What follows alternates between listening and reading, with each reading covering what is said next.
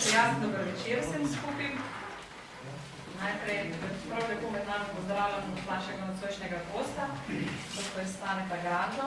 Z njim smo že družili o različnih priložnostih in smo vedno veseli, da se odzove našemu klicu oziroma povabilu. Dobrodošli pa vsi ostali tudi na nocojšnjem dogodku, ki ga naše društvo Kolpingova družina pripravlja že vrsto let v okviru projekta Socialni teden, ki smo se mu tudi letos z veseljem pridružili.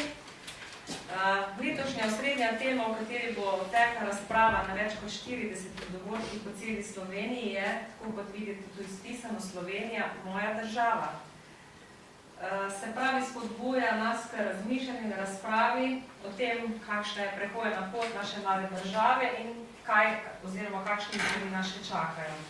Da ta moj vod ne bo predolgi, bi kar za vod prebrala poslanico, ki so jo pripravili organizatorji tega projekta Socialni teden in ki naj bi bila tudi rdeča nit za naše razmišljanje oziroma za dogodke, ki bodo potekali po Sloveniji v okviru tega projekta. Torej, Slovenija, moja država. V letu 1990 smo se Slovenke in Slovenci z veliko večino odločili za samostojno državo, ter v naslednjem letu to odločitev tudi izpeljali. Hrepeneli smo po svobodi, poštenosti, spoštovanju človekovih pravic, sobivanju različnih višjih stopnji reda in ekonomskemu razvoju. Postavljali smo temelj demokraciji. Po 25 letih smo dosegli nekatere ključne cilje, večina državljank in državljanov pa je nad stanjem v državi kljub temu razočarana. Kaj je šlo narobe? Na prvi pogled je bila demokratizacija v letu 1991 izpeljana uspešno. Hitro smo vzpostavili večstrankarski sistem, spisali demokratično ustavo in sprejeli najpomembnejše zakone. Prezrli pa smo bistveno. Za demokratično državo ne zadoščajo le demokratična načela, ustava in zakoni. Zagotavljajo šele demokratična drža njenih državljanov. V letu 1991 spremenili sistem, nismo pa se, ne takrat in ne kasneje, usposabljali za demokracijo. Ta posamezniku ni prirojena, temveč se je priučil. Za življenje v demokratičnem sistemu državljanke in državljani potrebujemo demokratična znanja in veščine, kot tudi drugačen odnos do države. Usposobimo se za demokracijo. Odkrivajmo zakulisja družbenih dogajanj. Poglejmo na nje iz različnih zornih kotov. Pogovarjajmo se o prihodnosti. Dovolimo si spremeniti mnenje. Bodimo pogumni. Predlagajmo ukrepe, ki bodo spoštovali človekovo dostojanstvo. Oglasimo se ob nepravičnostih v družbi. Ne bojmo se izpostaviti svojega mnenja in ga tudi zagovarjati. Demokracija sloni na močni civilni družbi. Politika je preveč pomembna, da bi jo prepustili le politikom. Odpirajmo prostor dialoga in usklajujmo naša stališča. Učimo se drug od drugega. Pomagajmo nemočnim in jih povabimo k besedi. Vzgajajmo voditelje in jim dajmo priložnosti. Slovenija je tudi po 25 letih še vedno moja dežela. Le z mojim demokratičnim udejstvovanjem pa bo postala tudi moja država. Dobro, torej iskrena hvala za vabilo. V dogovoru z gospo smo se pač domenila, da bomo v okviru tega razmišljanja se posebej še spomnili Janeza Evangelista Kreka, ker je bilo lansko leto, smo se spominjali 150-letnice njegovega rojstva, drugo leto se bomo pa spominjali 100-letnice njegove smrti. Zdaj, večina od vas je o Janezu Evangelistu Kreku že marsikaj slišala, zato, če dovolite čisto na kratko, ponovim nekatere stvari. Torej, on je bil po materi Dolenc, po očetu Korenc, bil je duhovnik, krajem leta 1865. Kot duhovnik je bil v pastirski službi razmeroma kratek čas, sam kaplan nekaj časa, potem je pa pravzaprav imel akademsko kariero, bil je profesor na ljubljanskem bogoslovju, potem je šel študirati na Dunaj in ta Dunaj ga je strahovito zaznamoval. Namreč to je tisti čas Dunaja, tam okrog 1890, ne bom takih podrobnih letnic, tako da boste imeli malo orientirati. So bili na Dunaju zelo pomembni krščanski socialci ali pa socialisti. In to gibanje na Dunaju je Kreka tako pretreslo, da se je temu ves po svetu potem gor doktoriral, ker v Ljubljani se ni dalo doktorirati iz apostola Pavla, kar je tudi zelo pomembno. In potem prišel v Ljubljano, kjer je se vključil v družabno življenje, bil profesor, bil politik, bil potem tudi veliki organizator socialnega gibanja, krščanskega socializma ali pa, če hočete, krščanskega socialnega gibanja. No, potem seveda je pa leta 17 v Šentjanžu za kapljo umrl star 52 let. Torej, veste, on je en izmed največjih ljudi v slovenski zgodovini nasploh. In če se vprašamo, v čem je ta njegova temeljna veličina, kaj je tisto, kar je pri Kreku najbolj bistveno. Glejte, to je bil čas in nekaj podobnosti upam, da bi pa uspelo, pa je tudi za današnji čas, kjer živimo. Ko je slovenski kmet prehajal iz tiste stare feudalne družbe, leta 1840 je konc feudalizma, ampak to ni bilo čez noč, seveda. Določene stvari se potem še vleče naprej. Ampak ko nastopi kapitalizem, to se pravi tržno gospodarstvo, ko se pojavi konkurenca in ko naš kmet začenja propadati, ker naš kmet ni bil tržno usmerjen. Ljudje so se začeli na veliko izsiljevati. Vi veste, da je okrog 250 do 300 tisoč Slovencev se je izselilo. Jaz študente zaradi vprašam, katero je največje slovensko mesto v zgodovini. Ne povejo, ne ugotovijo. In seveda potem, ki jim rečem Trst, Trst nam je popolnoma zginil zavesti. V Trstu je bilo tam, da ste nekaj 10 tisoč Slovencev. Vse sam ta star del mesta, tam, ki je Škofijska palača, pa biblioteka Čivika, pa arhiv, pa tam tista star del mesta, pa se delil so tisti nikoli čisto slovensko. To je bilo staro romansko, ampak tle okrog, pri Svetom Antonu, tam, ki smo včas kavbojke kupovali, pa železniški pozdaj, če se spomnite, to je bilo pa vse slovensko, to ima še danes slovenska redinska imena, naprimer Patoko, Potok, tako naprej. To je bilo čisto slovensko predmestje, vse, da ne govorimo o vseh, ki so bile slovenske, pravzaprav popolnoma do konca druge svetovne vojne, ko so tja med Slovence naselili istrske begunce in smo zgubili, to imejo veliko. Drugo slovensko mesto je bilo katero? Cleveland, po velikosti Slovencev. Pol šele pride Ljubljana. No, tako, ampak vendar zdaj pri nas delavstvo je bilo največ seveda v Trstu. Pol bi rekli, da je bil na drugem mestu Maribor, ki je bil tako, pol šele pride Ljubljana. No, ampak ta glavni problem, seveda Krek, ki je bil na Dunaju, se je soočil z problemom delavstva, ker je videl pač, vse veste, Dunaj ni kmečko mesto, spodnja Avstrija je sicer zelo podeželska, ampak vendar sam Dunaj pa ni kmečko mesto. In on je seveda vedel, da ta glavni problem bodo delavci. Ampak pri nas je bil pa ta glavni problem seveda kmetje in potem, da zdaj ne vlečem naprej, je on potem z ustanavljanjem zadrug, zlasti hranilnic pa posojilnic, ne teh obdelovalnih zadrug, to ni šlo, ampak zlasti z ustanavljanjem hranilnic pa posojilnic, ki so bile praktično v vsaki fari, ali pa v vsaki večji fari, je rešil kmeta.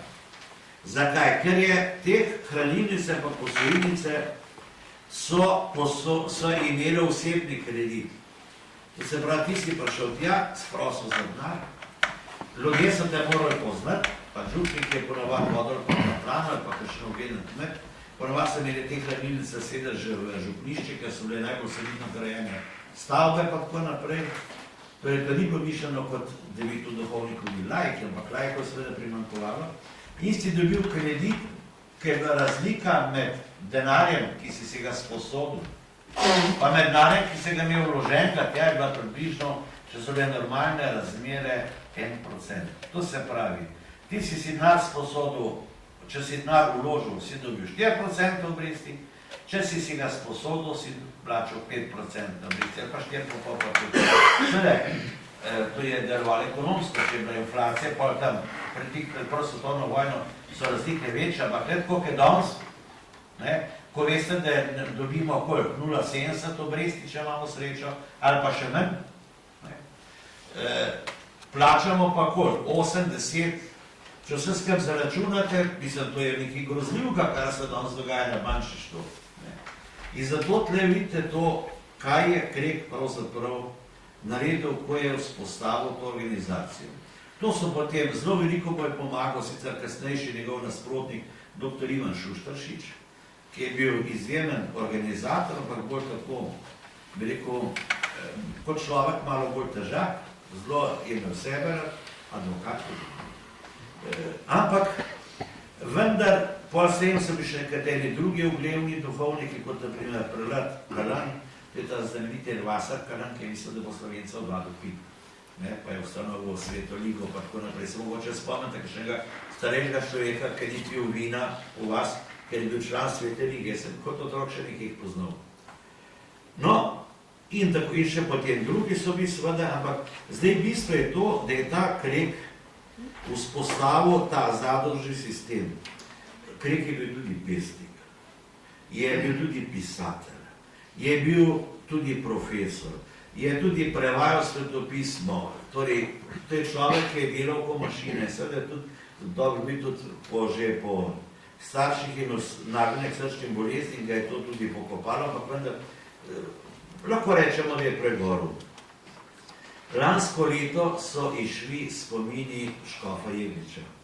Ne vem, če ste to knjigo brali, je zelo debela, in če noter berete to knjigo, boste videli, škof Jeglič se večkrat dotakne Kreka, ni mu bil preveč všeč, pa ne zaradi svojih nazorov, tle sta se kar pokrivila, ampak kot duhovnik je bil Krek malo problematičen.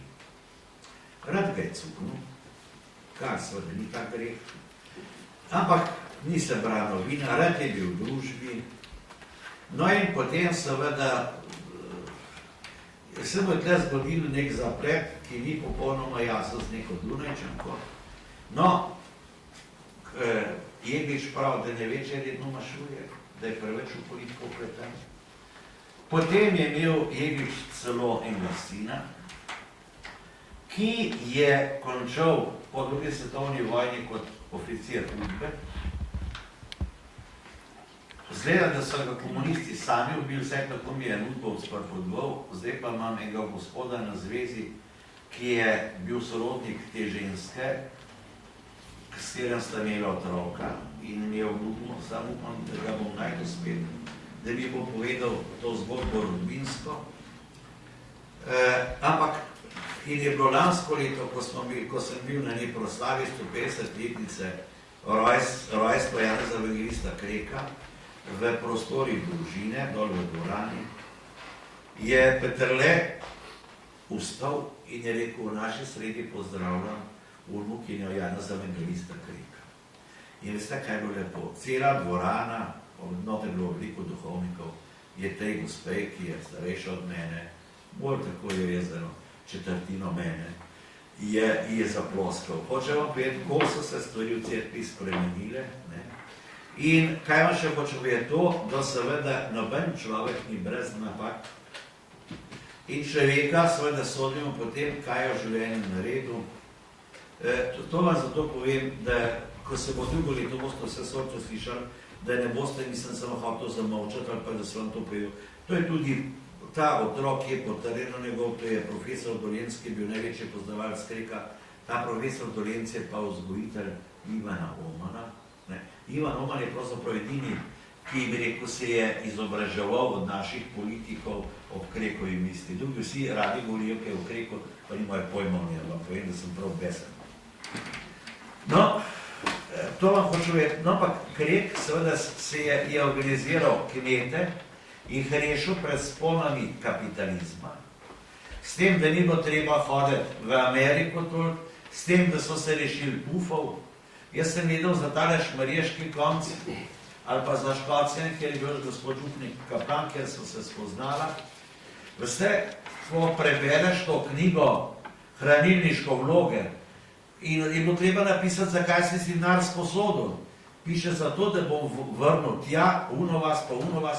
To so bili ti vaški oderuhi. Ponavad so bili to gostilničar, hkrati mesar, trgovc, več obrti od ene se ni dalo živeti. In je seveda posojal denar, ne samo na velike obresti, ampak tudi na darila. Je bila velika noč, pa je bila morala šunka prijeti, pa klobase. Veste, to je bil drag špas se sposodil denar. In zato so iz teh vaških kapitalistov, to so naši prvi vaški liberalci. Ker ko je Krek ustanovil zadrugo, hranilnico in posojilnico zadružno, je seveda tele lepo odrezal te vaške kapitaliste in kaj je hujšga. On je fajn služil, naenkrat je to brez dohodka velikega in seveda so se potem tudi obrnili proti cerkvi, proti župniku in to je začetek liberalizma na slovenski vasi. To se velikokrat pozablja. Niso bili ti stari liberalci, tako bi rekel, proti cerkvi idejni, ampak zaradi tega so bili grozno prizadeti, ker jih je ta Krekova ustanova, ki je seveda delovala na polnem sodelovanju duhovščine, in ga je to seveda, te kapitaliste to zelo prizadelo in jih je porezalo. Tako da še danes pravzaprav, ker gledam tako po vaseh, vidite pravzaprav kakšne hiše, kako ven štrlijo, pol pa malo poprašate, pa veste, tale Kotelnikova hiša v Škocjah, tam so ta posojali. To so preko vaške skrivnosti, ki bodo počas potonile. Sem videl šmarjeti, so ti ta veliki posojevalci denarja, mislim, da so 2 okna plačala za cerkev, veste? Ampak poleg je bilo konc ljubezni zaradi tega, sem 10 podrlo. To bi rekel pri Kreku za začetek. Zdaj, pri Kreku seveda je še ena zelo nerodna stvar, veliko težko za mene. Namreč on je bil silno navdušen za Jugoslavijo.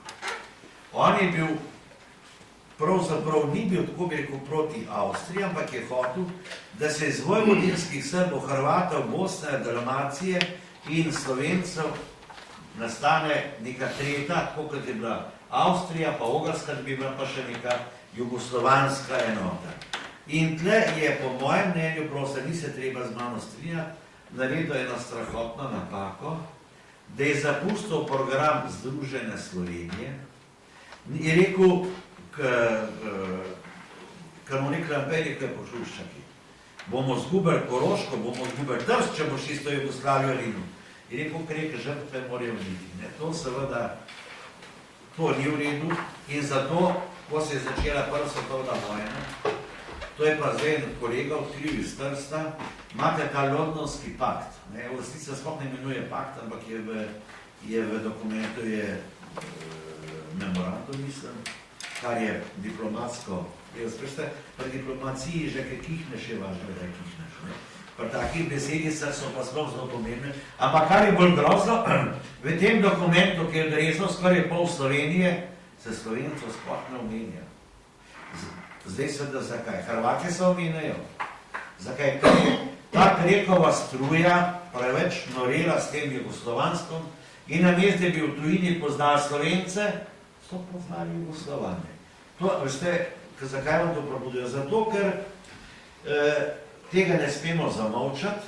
Zaradi tega je bil Krek seveda tudi v bivši Jugoslaviji zelo dober gor vzet, ker je bil tak navdušen Jugosloven. en izmed redkih duhovnikov, o katerem se je lahko lepo govorilo, poleg ostalega. Potem seveda, po mojem mnenju,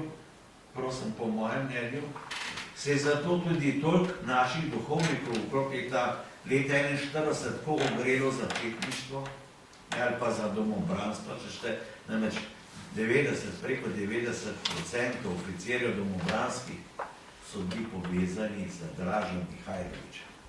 Ne mislim, da so bili to vdani gospodu Škofu Rožmanu.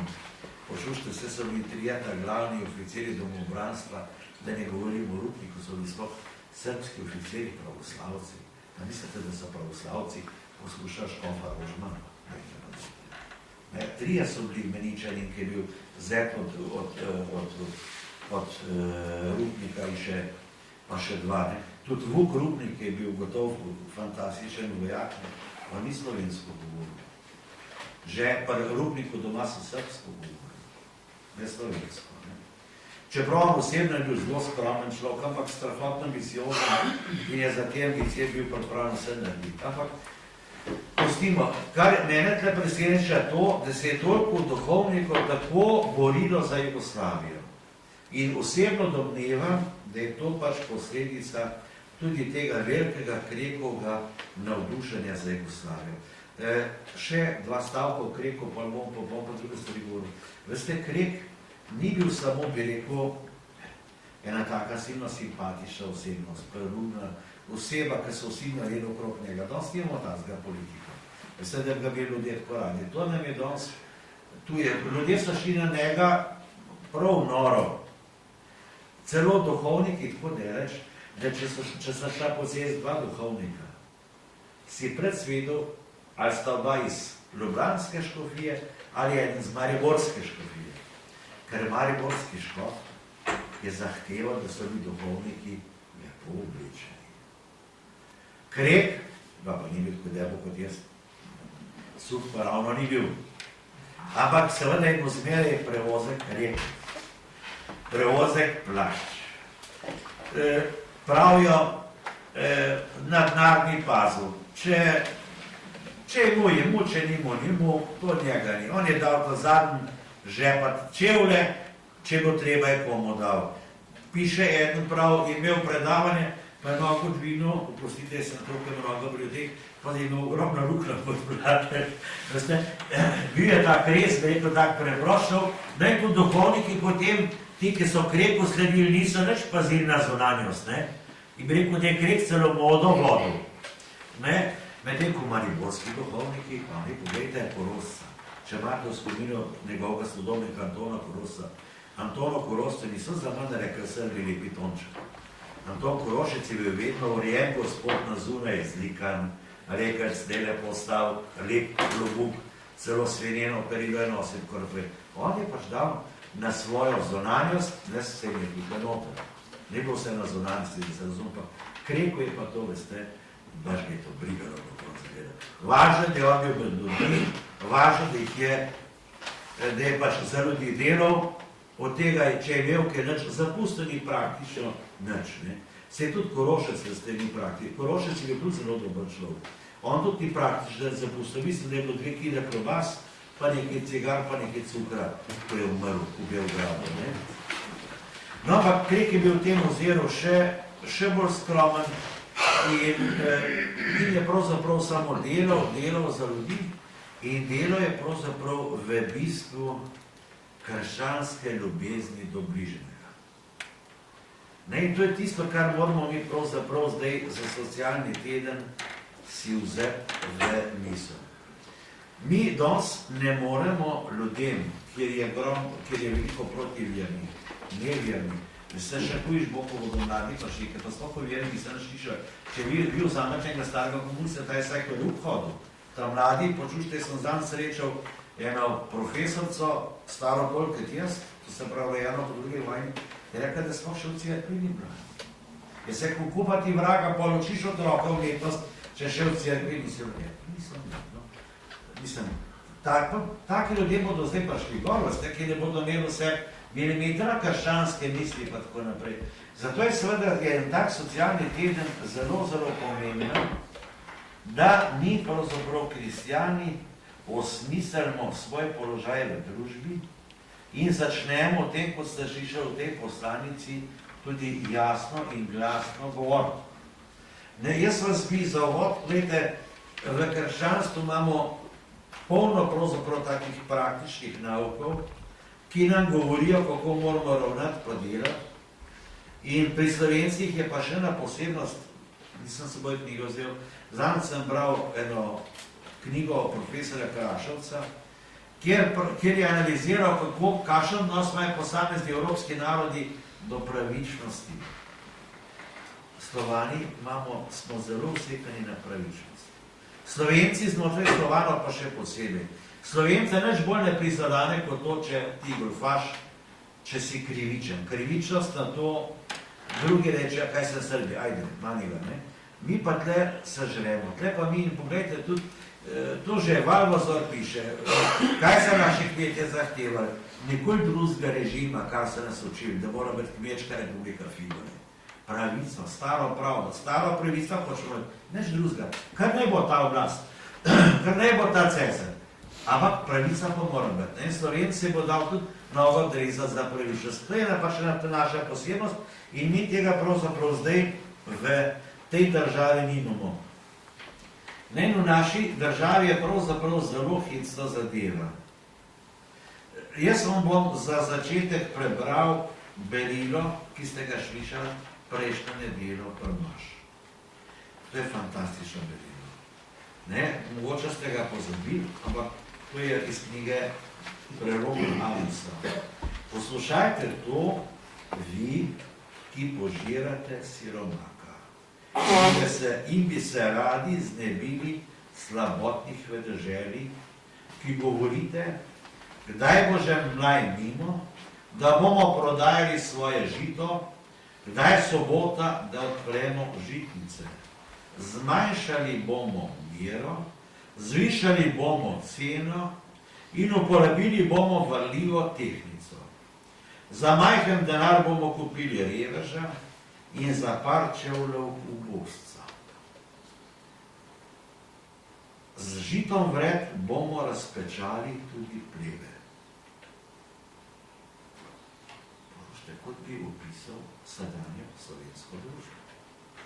Ne vem, če ste zdaj te ljudi, mislim, vse to poznam, ampak ko sem to nedeljo poslušal, tole sem bil tako pav, da nisem potem pravzaprav celi mašec mogel slediti, ker me samo to želimo.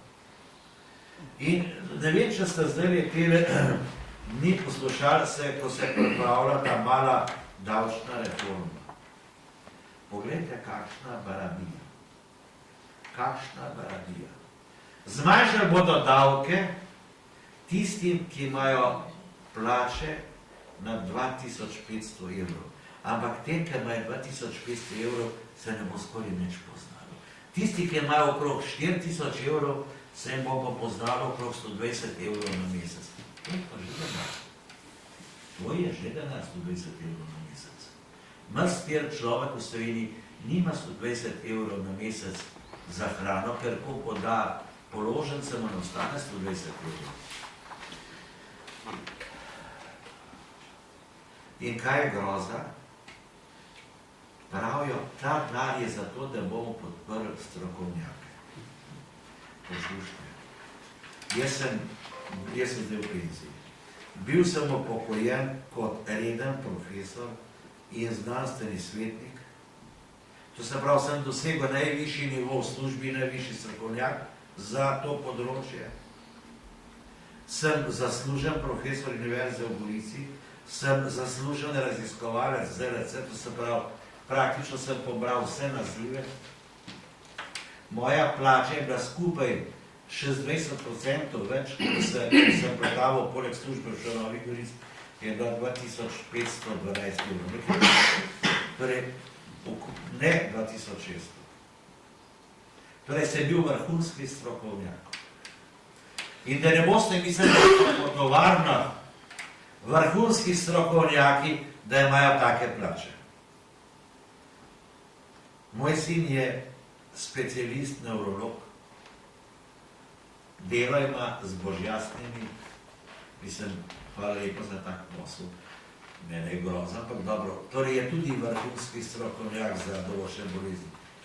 On tudi ne pride v poštev, da bi se mu zdaj ta nova davčna reforma, ki je poznala, da ne govorim še o številnih drugih, ki so po tovarnah, ki so res strokovnjaki. Imam tudi v sorodstvu Slaka, ki je velik specialist za elektroniko, na kaki ne pride čez 2000 evrov, ne? Pa dela za ruski Gazprom.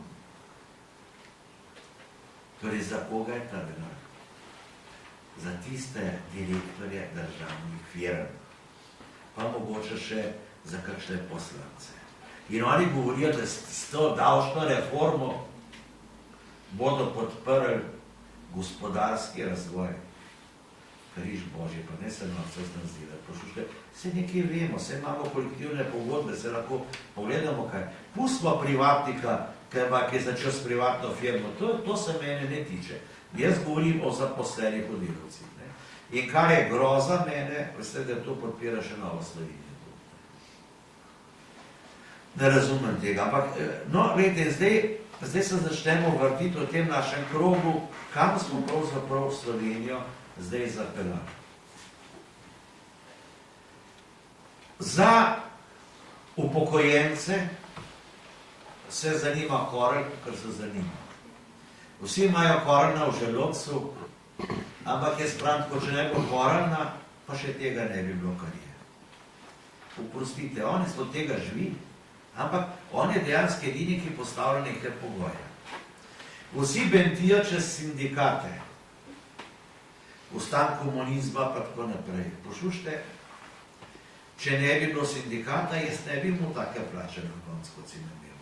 Učitelji nikoli v zgodovini še niso imeli takih plač, kot jih imajo po zaslugi Braneta, veste katerega. In zdaj tu se pravljate, pa nas tudi, jaz se pogovarjam z mladimi, ki grejo v službo, ravno znam sem od Bratančevega sina ženo vprašal, se ko ti, koliko pa dobiš, ki je šla v službo, te neko mirensko dolino? Ja, rekla minimalca. Ljudje to veliko stisko iskanja dela plačujejo s tem, da dajo delovcu minimalno, po zakonu minimalno plačo.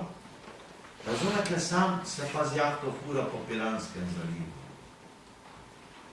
Mislim, ne se fura, ampak poslušajte, delovc ima minimalno plačo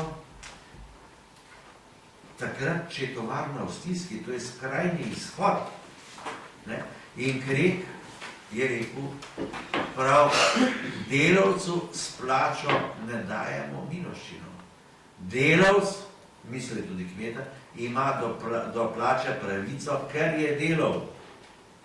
No in ko smo imeli to proslavo, 150-letnice rajstva Kreka, sem jaz te Krekove misli ponovil in je bila gospa Ljudmila, pa ne me narobe razumeti. In je tam začela skoraj jokati, kako bogi reveži so podjetniki, ki joke, ki morajo dati konc meseca plačo delavcev. Je zakaj pa je delavc delal za Božjo voljo? Se on ima družino doma, ne? A vidite, in to bi rekel ta socialna pravičnost. To se pravi socialna pravičnost, da jaz nisem proti, zaradi mene so lahko, mene noben bogataš ne moti, mene ne mogo, da ne jahte, ne neš. Mene zanimajo ljudje, delavci, jaz se nam že čel, s Krekom ukvarjam. Zato jaz govorim, danes ne bi rekel kot nek zansek, ampak govorim bolj iz srca. Mene, jaz nisem noben bo fauš, poslušajte, ne gre za mene na Bahame, kamar, če. Meni je samo važno, da bi ljudje normalno živeli, da se ne bi tresli, kaj bo jutri. To je zdaj važno in mi se nismo osamosvojili zato, da bi Slovenija postala država revščine. Mi smo se, da bi nekje normalno živeli, poslušajte, vedno so bili v zgodovini razlike, vedno so bili bogati, vedno so bili reveži, vedno so bili lepi, vedno so bili grdi, vedno so bili močni, vedno so bili šibki, vedno so bili, ne vem, vedno, poslušajte, arheologija ni še pokazala neke brezrazredne družbe, kjer so bili vsi glih. To je fikcija sociologov, da so, ne morate med dva glih, ker ne morate med, en je pametnejši, en je lepši, en je močnejši, In tako je pač v življenju vedno bilo, ne? Ampak vendar ima vsak človek, ki je zdrav, ki je sposoben delati, pustimo bolnike, takšne ali drugačne reže, ima pravico do primernega plačila, ki je seveda tako plačilo, da lahko normalno preživi on in njegova družina. Oziroma, če sta oba zaposlena, mora družina normalno živeti, normalno funkcionirati. Glejte, kolikrat je bil včasih na kmetiji grunt, ne? Veste, grunt ni, bi rekel, jaz ne vem, zdaj mi mora enkrat povedati, koliko je pri vas grunt. Nima pojma. Ampak, naprimer, tam dol okrog Šmarjete je grunt 6 hektarjev obdelovalne zemlje. Ne? Naprimer, nekje v Kranjski gor je grunt 100 hektarjev. Zakaj? Ker je zemlja toliko slaba tistih hribih, da rabiš toliko površine, da normalno, ker je grunt ni neka površina. Ne? Ampak je odvisno od zemlje, ali imaš toklinu, to kost in tako naprej, da se potem določi njegova višina. In pravzaprav tudi ena delavčeva plača, gotovo, da je naprimer za enega delavca, ne vem, teže živeti, kaj se ima v Ljubljani, ne vem, čeprav ste v Ljubljani veliko popustov, ki jih na podeželju ni, to se pozablja. Vi imate v Ljubljani skozi popuste po štacunah. Ne, vi dobite v Ljubljani faširano, če greste v Leclerc za 3 evre, 3 evre pa pol, če gremo v Šantanej, je kilo faširanega 6 evrov. Oprostite, to se pozna. Ne, pa še druge razlike so po štacunah, to je to treba malo primerjati. Ne. Zato jaz natrdim, da je življenje na podeželju cenejše. Olje pa ista cena, ne. Elektrika je ista cena, benzin je ista cena. Ne. Tako da, to se pravi, treba se zauzemati za to, da bi tisti, ki so sposobni normalno delati, da imajo delo, predvsem pa da živijo tako, da se ne bojijo jutrašnjega dne. Vidite, in to je, zdaj smo pa pri Kreku. Krek se je za to zauzemal. Ne. Krek ni nikoli upil, treba je kapitalistom vse pobrati. Ne, ampak on je rekel, če si več imaš, boš plačal večji davek. Vse to je normalno. Ne. Če imaš, ne vem, če si pač bolj pameten, moraš več pač prispevati v družbi. Vsak nima v družbi samo pravic, ampak ima tudi obveznosti. Pri nas pa seveda danes ne bi več govorili o obveznosti, o pravicah, samo kakšne obveznosti imaš, pa tako naprej, pa delavci naj bodo tih, ne bodo veseli, da imajo službo. Ne.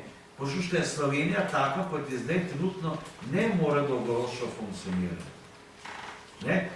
In če pogledate to, kar smo šišali v poslanici, glejte, sodstvo ne dela. Sodstvo ne funkcionira. Vse to ni treba hoditi, kaj presodišče sedeti pa kričati, da to zveš. Vse to vsak od nas, vsak v vasi ve, vsak vidi pravzaprav, kako stvari ne funkcionirajo. Potem pravzaprav, kako ni pri nas neke pravne kulture. Kako pravzaprav nismo vsi enako odgovorni. Ne? Če eden ukrade žemljo v štacun, ga 3 policaji peljejo v marico. Še za fura 100 milijonov, ne? Se mu ne zgodi skoraj nič. Pustimo, če eden je privatno fabrikant, pa mu rekel, če bi šlo temu, kaj dela avskuhe. On je privatnik. Ampak če nekdo pa državno firmo prevzame, pa bivše državno premoženje, pa naredi tako škodo, seveda je to druga zgodba. Potem gledajte, kako se pravzaprav vsi pa zdaj pa nas bojimo, da bi se nekemu vplivnemu človeku zamerili. Ne, meni včas pravijo otroci, da ima nekaj človeka to okrog pa pisati. Ne, se bom imel težave v službi, sem nekaj poslušal. Toliko časa sem molčal, dajte mi se zdaj nastava spustiti človeka, vse pa pišem, vse drugega ne znam. Jaz v strahu ne bom več živel. Mene ne bodo pokopali in pravim z zasutimi usti. Dokler bom mogel, bom človekov in bom o teh stvarih govoril, pa če komu prav ali pa ne. In to mislim, da bi mi morali kristjani ne ljudi nagovarjati, poslušati, pet jih imaš, ne, ko ne zbil pa imaš. A veste, jaz pravim, da je vera milost, res mislim, da je to. Eni pač te sreče nimajo. Ampak od njega ne moramo zahtevati, da greh imaš. Da je pa pošten, pa da ne krade, to pa moramo zahtevati. Ne? In tle mislim, da bi se morali kristjani uveljavljati, torej najprej sami s svojim zgledom in potem to na glas govoriti. da bi obsojali kraja, ne pa da rečemo, mater je fini, koliko je obogatel, koliko je okrog prinesel. Poslušajte, ne razumem tazga govorjenja. To je, bi rekel, če se kdo znam, kako to slavo pogovori, ne? Ne moreš ti enega hvaliti, ki je z nepoštenostjo prišel naprej. Zdaj seveda potem nastaja tudi vprašanje, zakaj je pravzaprav, zakaj ta tranzicijska pravičnost, ker smo to pričakovali, ker smo rekli, da bo Slovenija nova Švica. Zakaj se to ne dogaja? Zdaj sem bil na enem predavanju, so bili eni nemški strokovnjaki za nemško tajno službo, za Stasi, ki so prav te zakone postavili in so mi dali eno fantastično idejo. Glejte, pri nas po osamosvojitvi je prezgodaj vzela v roke vse politike. Dlje časa bi morali ljudje govoriti, kričati, kazati svojo voljo, uveljavljati svojo voljo, tako kot je bilo tudi tej poslanci rekli, prezgodaj smo prepustili svojo politiko, ki seveda, to je pa politika, to je pač dejavnost kot kaj drugega. Politiki pač morajo gledati na sebe, na svojo stranko, vedno bodo politiki gledali, kako bodo konkurenta odstranili. To je pač zakonitost politike. V politiki ni prijateljstvo. Jaz se najbolj režim, ki mi reče včas, ja, zdaj se vsi kregajo, on se krega, ko v času ni pa vsi prijatelji, pa dejte na mir. Jaz sem pač sreč predvsej politikov poznal, poslušajte, so se sovražili, ko psi pa mačke. Ne mislim, ravno zanj mi je pripovedal dr. Prunk, kako se je Kidrič bal Kardela. Ne pa bi, ko se sta nadpode, figo. Se ga je bal, razumete, ko ne vem koga. Kako so se mačka bali ljudje. Jaz sem poznal ljudi, ki so bili zelo visoko, še prej, poslušajte, če je maček kihlo, so bili že sperti. Kaj bomo pa zdaj naredili, kaj bo pa zdaj smo? Da ne govorim še o Lidije Šentjurc, ki sem jo osebno tudi poznal. Če te ona vzela na piko božjo zdrav čevre dol, pa se izginil. Ona je zelo rada imela zgodovino. In je zelo pazila, kaj je zgodovine ne delamo. In poglejte, stane ta Kavčiča, ki se ga vsi še spomnite. Glejte, kaj je on bil. Praktično so mu dal haus arest. Se se ni smel s prijatelji sestajati. Nič ni smel. Pa so bili prijatelji. Poglejte, tista znamenita, vse veste, da Kardel je umrl s Kroglovdom. Še danes ne vemo, je bila to nesreča, ali so ga mislili likvidirati. Poglejte Rankoviča. Pred kjerem smo se tukaj večina nas ga še poznala, smo se tresli. Na koncu je umrl, bi rekel, tudi v haus arestu. To je bila ta ljubezen med tistimi politiki, pa še bi lahko navajali. Vse vi to tle poznate z lokalnega okolja, kako je to. Torej, ni bilo res, da so bili včas prijatelji, samo mi smo o tem manj vedeli. To je bila razlika, ker časopisi enostavno tega nisem imel pisati, sem je pisal, da nas pa piše. To se pravi, namreč, ta pravno-kulturni, demokratični kulturni deficit, torej, gledajte, to, da smo mi živeli pravzaprav v komunizmu.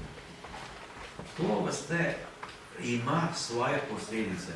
Jaz se spomnim leta 90 sem bil v Münchnu, na enem takem Evropskem kongresu zgodovinarjev, ko smo govorili o Avstriji, stari Avstriji, pa sem večer posedela z enem ameriškim zgodovinarjem Chesternem, pa prav kolega Granda, to je bilo tik pred referendumom, pred tem plebiscitom decembra.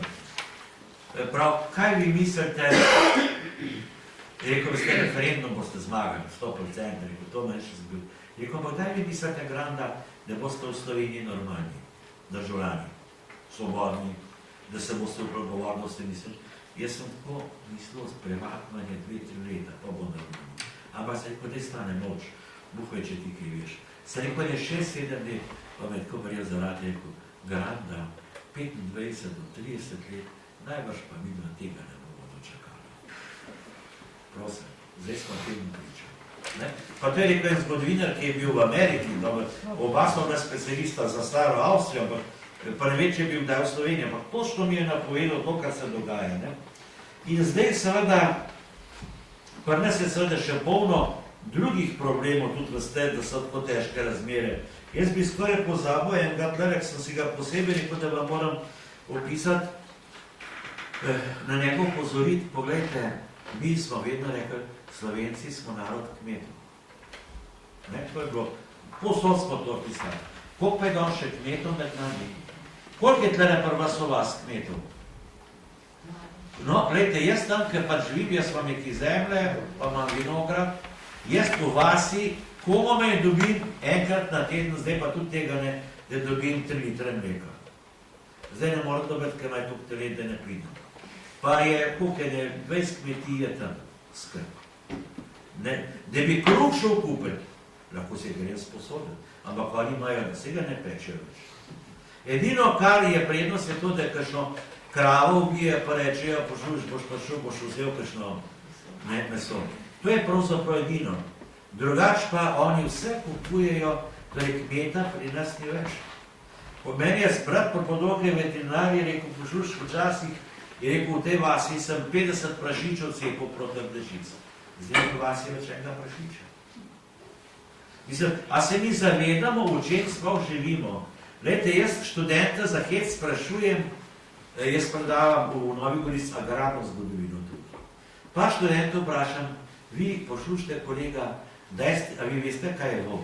Jo, vem, tu je bek, bek ni bek, bek je bek. Jaz sem vas vprašal, kaj je vol?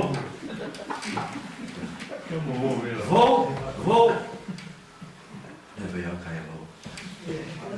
In ga niso še videli vola. Poslušajte, to so otroci, ko so stari 20 let. Niso videli vola. Ja, jih ni več. Vse tam pri nas, vem, da so v Savinjski dolini še nekje, pa sem pa kaj, tega ni več. Da ne govorim še polete krompirja naše mladosti Igorja pa tega. Gotova maša. Hmalš bo še šmaranca zginila. Če boš kot tako naprej. Hočem vam kaj povedati, da mi doživljamo take spremembe, da se tega sploh ne zavedamo. Poglejte, staro krajinsko žito kaše bilo, se nam ne sajna kaše bilo žito.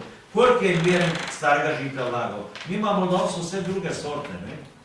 Poslušaj, toliko je danes zakaj, ker študenti pravijo, ja, nič velikega se ne dogaja v našem življenju. Take stvari se dogajajo, sploh ne registriramo. Pred nami, pogledajte zdaj, da ste potem bolj znani, po krško-polskem prašiču. Se ga od mrtvih obudili. Se ga praktično so kmete kaznovali. In zdaj sem bil pri mesarju, po 16 evrov je bila kila trdega špeha tega skrbta, ki delajo, veste zdaj te, kaj še že, te rdeče salame delajo. Jaz sem šel za špehom, pa se je mesarju, pa se je zakaj pa je ta špeh podra? Je rekel, veš, to je pa odkrat skopolčkega prašiča, tista ta špeh je za salame najboljš. Je se je pa po 16 evrov, je rekel, kakaj je cena, boš pomagal. A vidite, namreč pa pravimo, da neče doživljamo, pred nami pravzaprav je svet odhaja in naše vasi, kaj so pravzaprav, mi nimamo več mi imamo še vaščane, nimamo kmetov, mi imamo podeželane, ljudi, ki živijo na podeželju z istim standardom, sam da so na deželju, to je ena velika slovenska posebnost tega, da kot ne najdete, zdaj pa ne, gledajte, imajo internet vse otroci. Lanske so vse tam goske za Martina prodajo po internetu. Tako mislim, da je goske prodaja pri internetu. Kmečki van, bisterke vrak. Zdaj to videti. Zakaj vam to govorim? Ker to je še dodatno problem slovenske družbe. Mi moramo zdaj še to razliko premagati. Pravzaprav ne bomo več kmetje, pa imamo še vsi kmečko pamet, naši starši so res kmetje, vsi še smrtimo po gnoju, ampak tega jutra praktično ne bo več. Poglejte, jaz se gledam tamle pri nas, vse to se že zapisalo, ne mi zamer, ko stara mati umre, preden jo pelejo na kamor pa se to pelje, kravo ubijejo. Ker nima več mati, stara mati je za kravo še skrbela, pa je nima zjutraj več domov. Ker je ne morajo pa mlade, ker me je videl, ko je Milenca, zakaj ste pa kravo ubili. Je rekla, stane, ali moram pa ob 3 vstati, pa kravo pomoč, pa se po vse skopati, pa glavo posušati, da pridem v revoso službo, ob 6. Ja, ne morate to dodizati. Vidite, zdaj, če vi te spremembe zahtevate, doživljate, se moramo zavedati, da smo v enem groznem dinamičnem času in da se moramo zdaj tudi mi vsemu temu prilagoditi. In zdaj, počasi se jaz moram zaključiti. Poglejte, zdaj Krek, ne? Mi zdaj ne moramo Kreka posnemati, da bomo isto delali kot je Krek, ampak mi bi rabili ene nove ljudi, ene nove politike, ki bi hoteli ne vladati nam, ampak služiti državi. A veste, ker rekli, zakaj nos Evropa v taki krizi? Ker prej ste vi imeli tiste velike politike, Adenauer, poslušajte so, pa nas drugrat dopisali, to je bil velik človek. Vi ne veste, zraven Toca je bila na kmetija, ki je bil njegov oseben vrtnar od nemškega predsednika Adenauerja. Pa so bi še drugi ti, ki so res, veste, tudi zelo verni ljudje. Jaz včasih, ko imam kje predavanje, pa rečem študentom, ker vidim, da jim malo smrdim, da jim ne pačem, pa se, da se kaj ima fajtrat, ne? No, evropska zastava. Zakaj ima toliko zvest okrog? Jo zato, ker je tukaj ustanovnih držav. Pa se podajte na mir. To je iz tistega, se spomnite, 12 zvest tega Smarinega, ne? Z tega so te zvezde. Poslušajte se enkrat, ene študente arhitekture tako snorili, da so rekli, da bodo pisali protest v Bruslu, da ono če ne skleje krizmo neč, da je treba evropsko zastavo spremeniti, ne? Iz tega je zato, ker Moritz Schumann bil globoko verni človek. In ti, ki so postavili Evropo, so bili globoko verni ljudje. Oni so to delali iz izkušenj tragedije druge svetovne vojne, pa iz svojega globokega krščanstva so to postavljali. Poslušajte, mi pa imamo danes evropske politike take, kot so. Pravega krščanstva ni med njimi, čeprav se deklarirajo za kristjane, ampak jim je ta glavni primer, oprostite, zdaj nekaj zelo grde rekel, se smo to stvari, ista spolna usmerjenost, to je temeljni problem. Naprimer Barroso. Zdaj se ga odkrili, da se bo prodal eni ameriški banki. Ta ubogi sedanji predsednik Evropskega sveta v 12. že tako pijem, da zase ne ve, da že je zakaže. Možete, tako ne gre naprej. Mi bi morali danes dobiti res ene velike ljudi, ki gotovo v Evropi še so. Oziroma bom takole povedal, pogledajte, jaz nečesa res ne razumem. Tazga papeža, kot ga imamo zdaj, ga nismo imeli že od Leona 13. Ki je izdal znamenito encikliko 1892 Rerum Novarum, ki je postavila temelj krščanskega socialnega nauka v skladu s kapitalizmom. Glejte, mi imamo potem še vrsto drugih teh papežkih dokumentov, tih prejšnjih papežev, celo veste taka enciklika, ki jo vsi poznajo, na primer De Vili Redemptoris, ki je bila pravzaprav napisana proti komunizmu, ampak noter so taki stavki, da človek samo strmi, kaj je takratni papež napisal ne toliko o komunizmu, ampak kaj je treba narediti, da se komunizem ne bo razcvetel. In mi bi morali poslušati kot kristijani. Najprej bi se morali izobraziti. In Krek je rekel, izobrazba, izobrazba, izobrazba. Ni treba šole. Lejte, gospod župnik ima to toliko knjigo. In koliko bi bilo fajn, da bi se, naprimer, da bi te enciklike brali, poglejte že sam, naprimer, en stavek. A Bog je človeka določil, to je iz Vili Redemptoris. A Bog je človeka določil tudi za svetlo službo, kakor zahteva sama njegova narava. Družba je namreč poslanikovi volji naravna pomoč, da mora človek doseči srečil. Ni človek zaradi družbe, prosim, to sem čisto slučajno zelo prvi, nisem imel značenje, ampak družba zaradi človeka. Ko jaz kot član republike tam upijem, da ni, ker imamo tam take zelo liberalne tipe. In seveda kapital, se ko poslušate, gospod doktor, ljudje nismo zaradi kapitala, ampak je kapital zaradi nas. Gram, da vi ste komunist. Križno, kakšen komunist. In koliko še silem niso pa. Poslušajte, tudi prej, ker bi ne lahko. Ampak ljudje niso sposobni več razumeti, da je Bog človeka ustvaril po svoji podobi. Pa pust pa še ne verjam, ampak človek je krona stvarstva. Zdaj bi pa kar to odrezali, a je kapital krona stvarstva. Vidite, to ne more funkcionirati. In temu vse zdaj mi ne moramo delati revolucije, ampak mi se moramo temu počasi vsak upirati. Upira se nepoštenju, krivica in vsemu temu, kar se dogaja in seveda, kar je pa zelo važno, tudi otroke vzgajati, da temu ni tako. Ne? In vam moram nekaj povedati, zadnjič me je kdo vprašal, kaj bi jaz naredil, da bi bili otroci drugačni. Sejko več bi jih pošiljal ven, da vidijo, da je zunaj drugačen, da ni zunaj tako, kot je pri nas. Ker opažam, da tisti, ki grejo vsaj za mesec, dva v inozemstvo, ali v Avstrijo, ali v Francijo, ali pa na Češko, ali pa kam, da se vrnejo v bistvu drugačni in imajo drug odnos do soljudi in pa do dela. No in se pravim, zdaj, leti mi smo dosegli največ, kar smo dosegli v zgodini, da imamo svoje države. Mi smo je vajeni, mi smo bistvo svojene države gofe.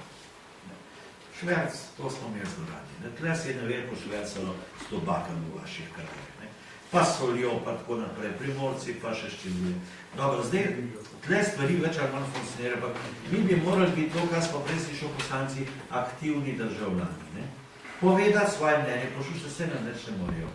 Vse nimamo več onega policaja, vizant sem se z enim pogovarjal s Kočevske reke z enim. Vse vi ga poznate. Župnika mi je rekel, poslušajte, se rekel, pa kako, veste, pa je to zaprto področje. Se rekel, pa kakšen je bil ta režim? Je rekel, veste, ta režim ni bilo tako, da je za vsakim vogalem stan policaj. Ta režim je bil tak, da je en drugega uvajal, en drugega so kontrolirali in je bil blazen strah. Kaj bo grozilo? Lejte, zdaj mi tega nimamo več. Oziroma se tega nam ni treba bati. In prvič, ko se bomo mi utresli straha, ko bomo jezer stegovali, pa bomo rekli, ne smemo žaliti, pa ne smemo govoriti neresnice, ampak bomo rekli, to ni prav, to je narobe, takrat bomo začeli to družbo spremenjati. Ko bomo mi bistvo demokracije in namreč aktivni državljani, ne tihi državljani. Ampak aktivni, ni treba tudi, da ste poslance prijeti, pa je treba tudi prijeti, poslušajte, s tem se pa ne strinjam, to pa ni prav, in tako bomo počasi družbo spremenjali, ker drugače jo bomo pa res, veste, da rekel, zafurali in ne bo iz vsega tistega nič, kar smo mi pričakovali. Ker samo od sebe ne bo nič prišlo. Tako veste, kot plače, vam noben podjetnik ne bo dal rekel, posluška, pa ti dan 30% ga ni tazga junaka, se nima, če lahko več pa špara za svoje. In potem bi rekel tako, namreč Cankar je napisal en krasen stavek. Namreč Cankar je kot dijak pravzaprav se učil pri Kreku malo svojih pisateljskih vaje, so imeli tudi Ordo Župančič. In Cankar je zelo malo nekrologo napisal, ampak napisal je pa, ko je pa Krek umrl, je pa napisal en krasen stavek. Tisto uro, ko je presunil narod bolestni glas, da doktorja Kreka ni več, je zakrvavelo vsako srce, so se nam orosile oči. In prav, čeprav je umrl, je pa to vendar, ne glede na to mora Krek velik zapustil. Kaj ti njiva, ki je imela take orače in take sejalce, ne pomori slana, ko pride čas. In zdaj, vete, čas je prišel, mi se moramo pa zdaj še prebuditi. Ne smemo misliti, da je to samo dovolj, da imamo lastno državo, mi moramo seveda to demokracijo imeti. Bistvo demokracije pa to, da mi svoje mnenje povemo, pa da seveda gremo na ulic, pa tudi da zahtevamo od poslancev, da se to uresničuje. Ker drugače ste gre, vsi sami vidite pri sebi, kako gre. Mi se moramo se oglašati, moramo biti glasni in potem nas bodo tudi upoštevali, ker oni rabijo naše glasove, ni mi nikoga. Malo, bi rekel, se šliš tako optimistično, ampak z enim optimizmom bomo pa šli naprej.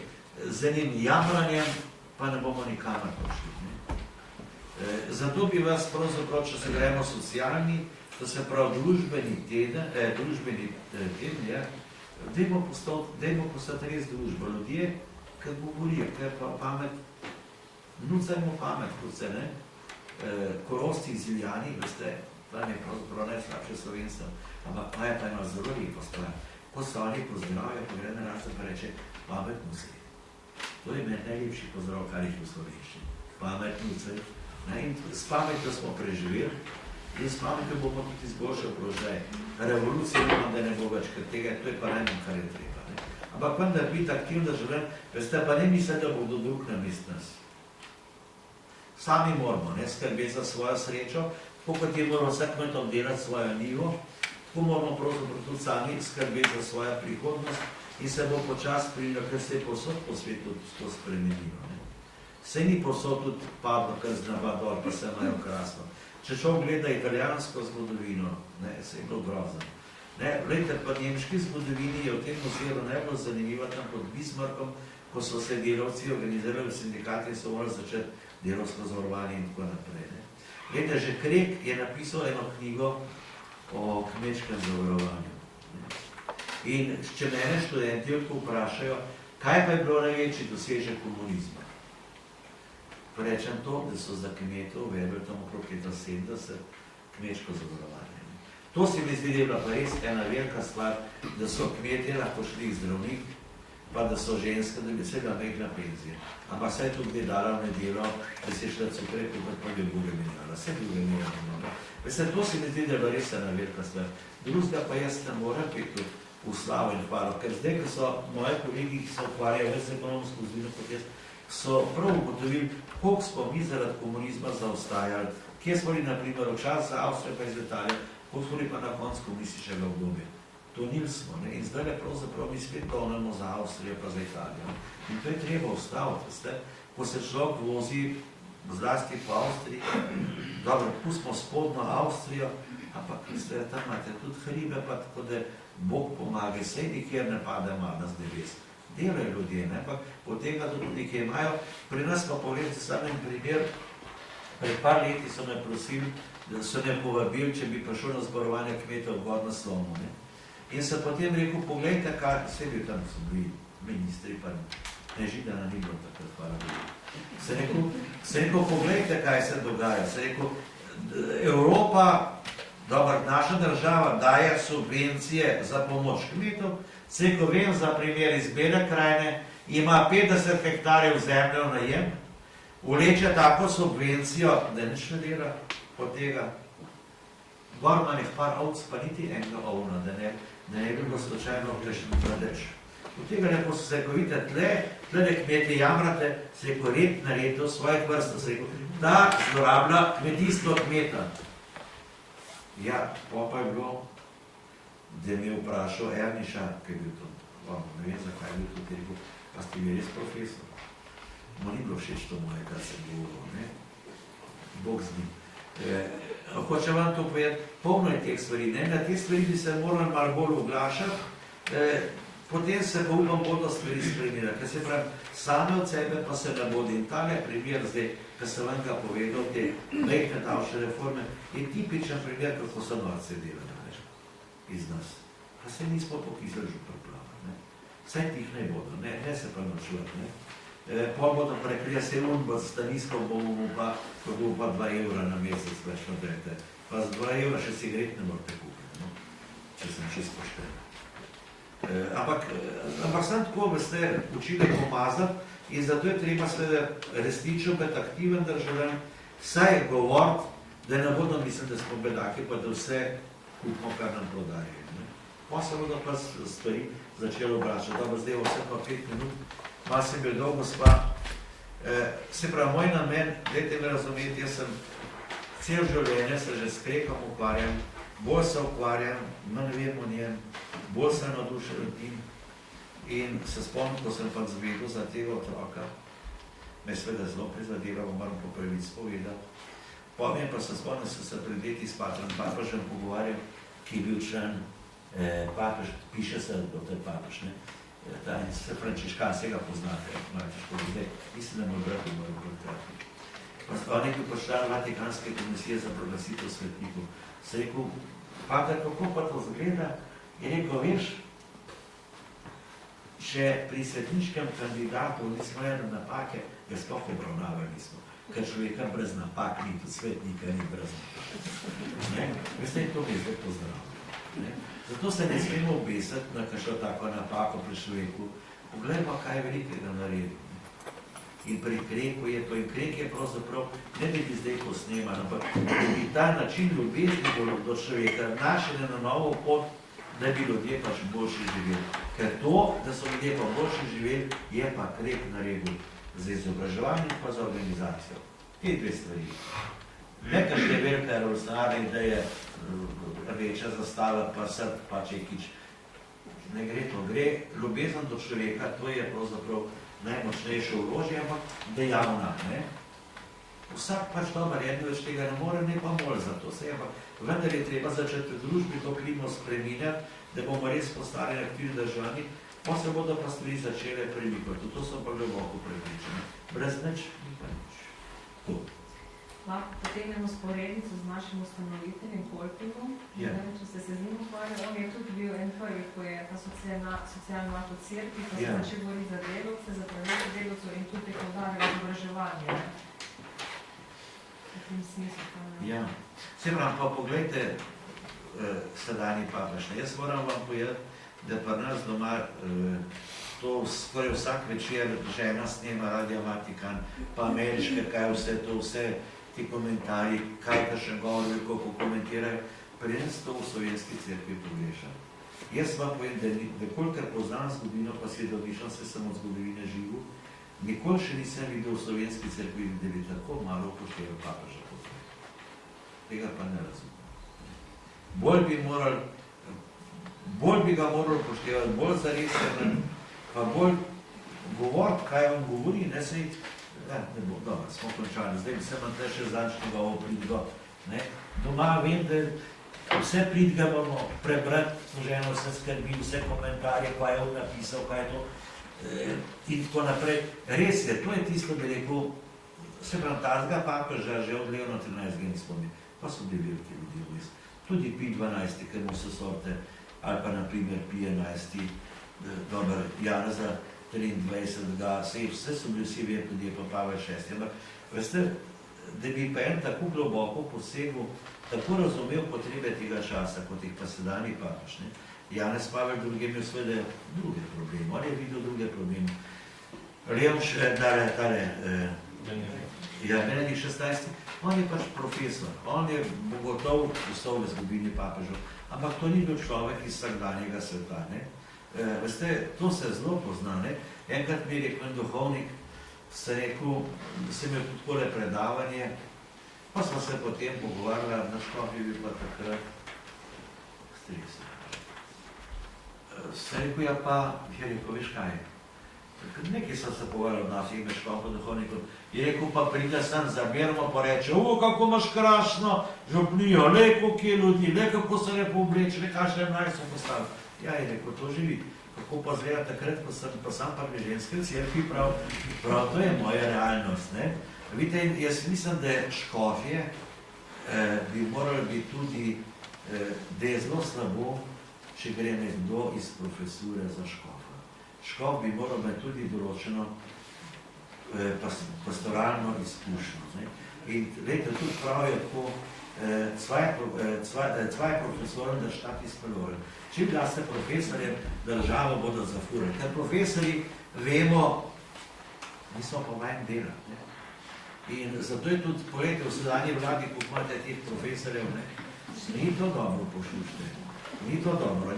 Je treba me tudi neke delovne, praktične izkušnje, ker vi ne boste eno zaupali konja, ker ni še koliko konja furov. In potem, a boš ti vodil konja, ali bo konj vodil tebe? Gospodar bo vodil konja. Dobro, zdaj pa res konc.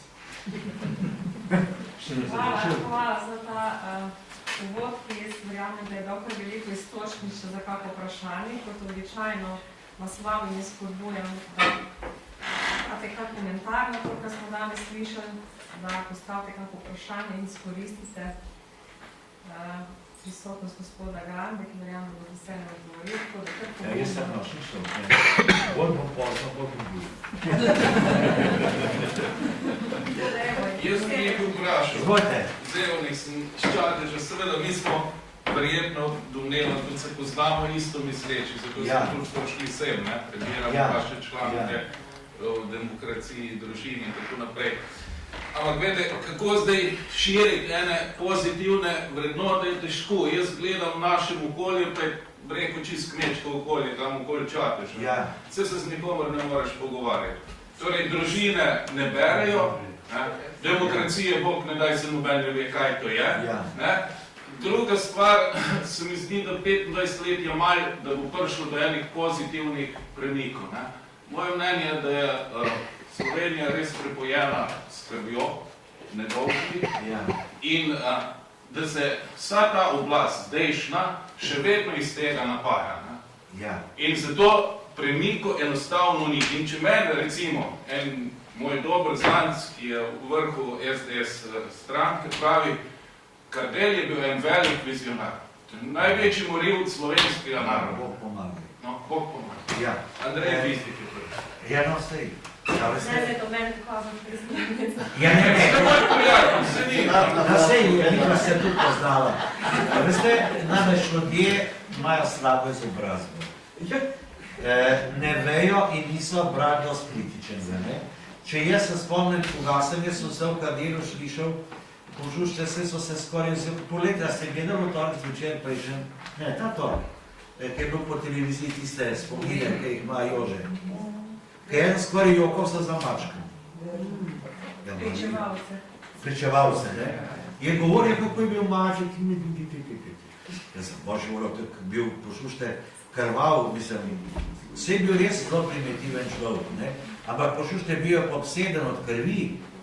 Bog Bari se stvaril moj prijatelj, enkrat model k njemu, in je rekel, pošuš to, kar mi je govoril, in še ne kuš. Kuš je bilo tudi, da sem moral vitaminske piti, da domu nisem mogel 2 dni pol. Ker me je tako napil, ne. A veste, in ljudje sploh, ali pa Stane Semič, take, velike narodni heroji, ne. Borba Gorova, naprimer v generalu Avšiču, ki ima pa res zasluge za partizanstvo, da je bilo več parov, ne šlište niti besed nič, ne. Hočem vam to povedati, gledajte, ravno to, pogovarjati se, a ti misli, da je bil res Kardelj, a daj. Postavite ga v dvom, ne. Jaz drugega ne morem, pač se videti, ko včas ljudi pogovarjam vse sorte. Ti ne veš, kako krade, res. A ti veš, da ti skrade. Kaj pa je ukral? Povej, kaj je ukral? Te povej, kaj je ta ukral? Povej, kaj ima Srbija? Potem pa vidiš, da pravzaprav ne ve nič, ne. Potem zdaj na Semičko pridem in mi več tega ne govori. Veste, ne se predskregati, ampak raj malo, bi rekel, malo ironično, da ne ga prestopa. Kako pa ti veš, da je? Ne se spomnim, ko je pa te le prevzel vlado, so si govorili, koliko pa žensk, pa koliko pa otrok.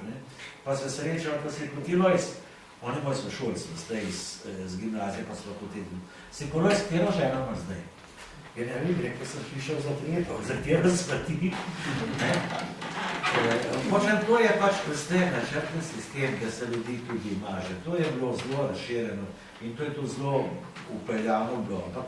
Se pravi, veste, začnimo počas, ne? Počas načenjaš in se boš od enega do enega, pogled, jaz zmeri rečem za primer Jehovce.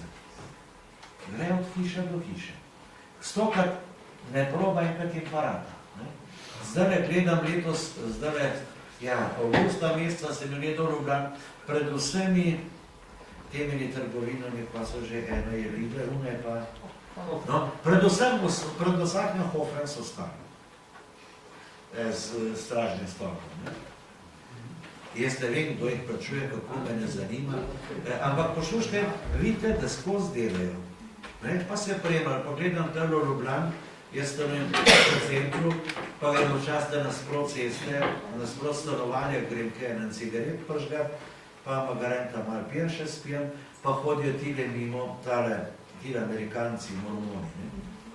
A veste, skozi ga, pa ustavljajo, pa pogledajte, pride z Amerike, se nauči slovensko, pogledajte, koliko oni vlaga, jaz se vem, koliko imajo vjernikov, nimam pojma. Vem, kaj imajo cerko, pa delajo skozi, delajo. Če bomo mi začeli skozi delati, bomo prekvasali. Mi smo se pa malo še prestrašeni, odvarali smo se in res je nekaj, veste, kar ste mi rekel. To je zdaj tudi Jani Zobec rekel v nekem intervjuju, to je ta ustavni sodnik, ki je pravzaprav največ naredil, da nimamo več Titove ceste v Ljubljani. On je rekel, v drugih Češkah, ali pa če hočete Poljska, so Rusi komunizem pripeljali. Jaz je komunizem pa gorvast, da so naši ljudi. To je tista groza, kar se nam poznam. Ampak samo ste v tem. Od mojih študentov, ki so zdaj stari tam okrog 20 let, mu rečem Kardelj, nimajo pojma, kdo je Kardelj. Mu rečeš pa, je tako težko, ker še političen vic povedati, kaj še zastriš. Kaj še zastriš, ker ne poznajo, noben ga ne poznajo več. Oni poznajo, koliko če poznajo Peterleta, Janšo, predsednika vlade, Pahorja seveda, bolj se počas pa konča. Da bi povedali, kdo je predsednik državnega zbora, to so študenti zgodovine, ki jim je prva dolžnost, da bi to videli. In je zelo težko, vstaj pa da je študentom, reč, kako nastane zakon. Sem ugotovil, da študentje, isto to žena ugotavlja, ker je arhivistiko predala, ljudje več ne vejo, kako nastaje zakon, kakšen je postopek. Kar misli, da prideš ti tja, evo ljubčki, tle imate pa zakon, glasujte, ne vedko, to je dolg postopek, pa tako naprej. In tudi to se je treba učiti. Se pravi, delati moramo počas pa bo, veste, najbolj važna je tista zgodba, ki jo poznate, to je seveda julija meseca, ker ena ženska pride pred njo, pa reče, o, velika njiva, da bom požela, pa šla domov. Pa se pa je videl, da njiva, vsi so že želi, njihova njiva je roša zmer.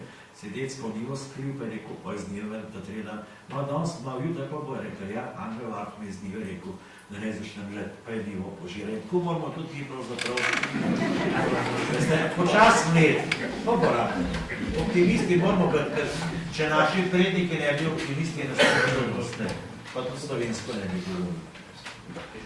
Jaz sem se škopom prožbam tudi nekaj ukvarjal, tudi po dokumentih, pa tudi z nekaterimi duhovniki sem še pogovarjal, pa tudi z ljudmi, ki so ga osebno poznali.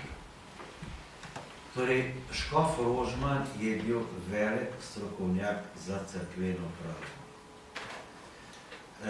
On seveda je prišel na to mesto delno tudi zato, ker so nekateri, ki so bili verjetno boljši kandidati, umrli po prvi svetovni vojni zaradi španske gripe. Takrat so rekli, umrli nam peki degenjalci, pa tako naprej. Seveda potem je Rožman prišel, ki je bil gotov zelo velik človek, bil pa je tako veste eno, to mi je akademik Cevs pa podbol, imel je eno napako človeško. Če bi bil on zdaj z nami tle, bi se z nami strinjal. Zelo lahko se je dal prepričati drugi. Ni imel enega trdnega, samostojnega mnenja vse. In na njega je imel blazen vpliv kanonik Kraljič, v katerem ne šlište in ne preberete nič. Ste vi da župnik, gospod župnik slišal, nikoli. To je mendestrico tega Kraljiča, ker nam včas pamet sedi po televiziji zaradi ekonomije. In ta Kraljič je imel največji vpliv na njega in ta Kraljič je z njim tudi zbežal. To je bilo. Je drugače pa veste, vam bom zdaj povedal dve zelo take stvari, v kateri sem prepričan. Škof Rožman je imel stike s partizani do konca vojne. Preko Staneta Mikuža. To je bil brat od Metoda. In meni je pripodoval nek kanonik Ilc v Novi Mestu, kako je on postal iz leta 1944 generalni vikar za Belo krajino, ker je bila Bela krajina že čisto partizansko komando, duhovniki so rabili enega šefa, otroke bo treba birmati, Rožman se ni dol upal prideti. In potem je sklical Kidrič, belokrajinske duhovnike skrb, in rekel, Rožman mi je naročil pismeno, naj pošljamo 3 imena, in izmed teh 3, ki boste vi predlagali, bolj pa jih 5-6 župnikov tako v Beli krajini, bo on generalnega vikarja imel. In tako je potem sem jaz dobil od Kidriča dekret, da sem postal generalni vikar za Belo krajino. Nekjer v škofijskem arhivu tega dokumenta ni. Veste tako, da je Mikuš, torej Stane Mikuš je bil brat od Metoda, umetnosti zgodovinar, tisti, ki so bili. In prejšnji teden so se z doktorjem Golinarjem usedla, to je pa bivši naš škofijski arhivar, si kot ti France, a si ti prepričan, da niso partizani pomagali, da je škof Rožman dobil avto, da je pobegnil v Avstrijo. Ker ni me to najbolj pasalo. Ker če bi tle ostal, mogel kaj veliko narediti.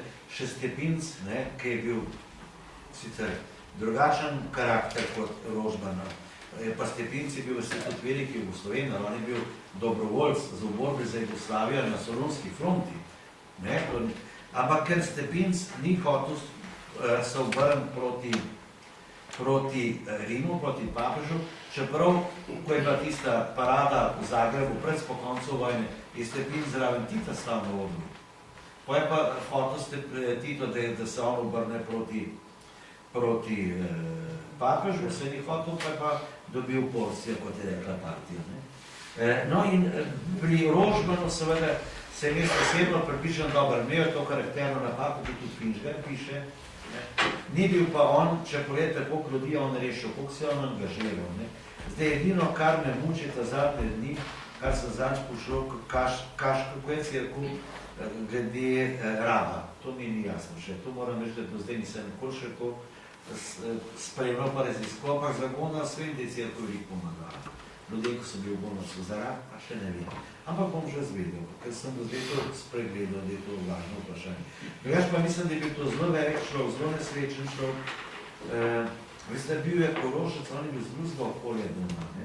In pa še nekaj je, veste, slovenska cerkev je bila do leta 1918, ona je v Rim gledala preko Dunaja. To je bila velika napaka slovenske cerkve. Potem pa seveda Avstrija propade, mi dobimo pravoslavnega kralja, približno 30% duhovnikov je bilo sploh proti Jugoslaviji, pišejo določene kronike.